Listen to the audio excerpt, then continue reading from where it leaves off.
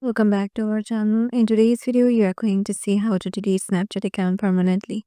So to do that, let's head over to Snapchat application first. Once you are there, make sure that you are logged in into your desired account and then just head over to your profile by tapping the Bitmoji on the top left. And here go to the settings icon on the top right.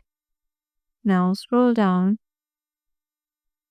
and here you will find the option of delete account. Tap on delete and it will lead you to this option or this website. Here you have to give your Snapchat username or email and then tap on next and then just follow the prompts to delete your Snapchat account. So yeah, this is how easy it is to delete your Snapchat account permanently. Hope this video will help you out and we'll see you in the next